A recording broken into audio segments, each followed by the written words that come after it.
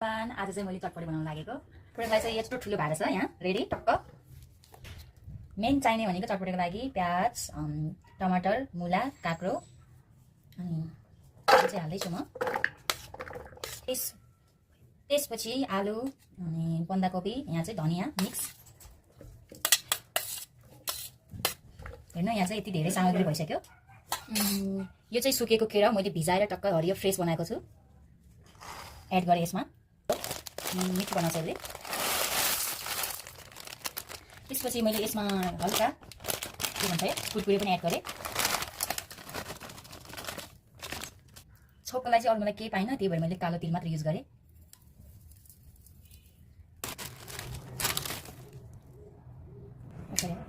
यो चाहिँ मैले टोटल अर्ग्यानिक गाजर अनि टमाटर अनि त्यसमा हल्का कलर आउनको लागि चाहिँ मैले यसमा चुकुन्दर मिक्स गरेको छु हेर्नु कस्तो राम्रो मिठो कलर निस्केको छ यसलाई नि मैले एड गरेँ यहाँ टक्क लाएर यसमा मैले स्वाद अनुसार नुन एड गरेँ त्यसपछि यो यम्मी मसला चाउचाउको मसला एड गरेँ यसमा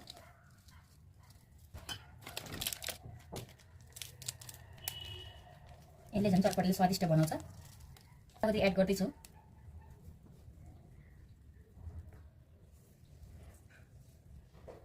हामीले चाहिँ बजारमा भएको खुर्सानीहरू चाहिँ के पनि खाँदैन त्यही भएर यो चाहिँ लोकल डल्ले खुर्सानीको पेस्ट बनाएर राखेको यो नि हल्का एड गर्छु हरियो खुर्सानी चाहिँ हामी राख्दैनौँ हल्का तेल एड गर्छु म अब चाहिँ म यसलाई मिक्स गर्छु पुरै अझै यसको लागि चाहिँ गिलो चटपटीको लागि चाहिँ अझै लेदो पुग्नु जस्तो लाग्यो मलाई गिलो मिक्स गर्दै गर्दाखेरि चाहिँ मिठो कलर निस्क्यो यहाँ कस्तो बास्ना आयो टेस्ट गर्न चाहिँ म सानोमा हाम्रो छोरीलाई